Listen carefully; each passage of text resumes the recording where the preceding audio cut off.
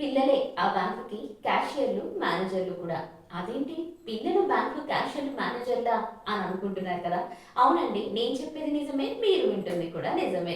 సాధారణంగా పిల్లలకు డబ్బులిస్తే ఏం చేస్తారు? ఏ చాక్లెట్‌లో, బిస్కెట్‌లో కొనుక్కుంటూ ఉంటారు. అది కాకుండా విద్యార్థులైతే గనక ఈ బుక్కులో, పెన్సిల్సో ఇవన్నీ కొనుక్కుంటూ ఉంటారు. కానీ గుజరాత్‌లోని ఖేడా గ్రామంలో కాజీపూర అనే ప్రభుత్వ పాఠశాలలో ఒక రూమ్‌ని బ్యాంకులాగా ఏర్పాటు చేశారు టీచర్లు.